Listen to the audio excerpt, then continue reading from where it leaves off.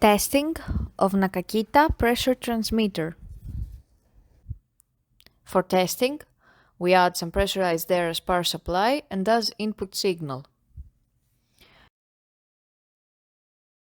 By manipulating the input signal, the unit responds accordingly and varies the output signal as shown on the unit.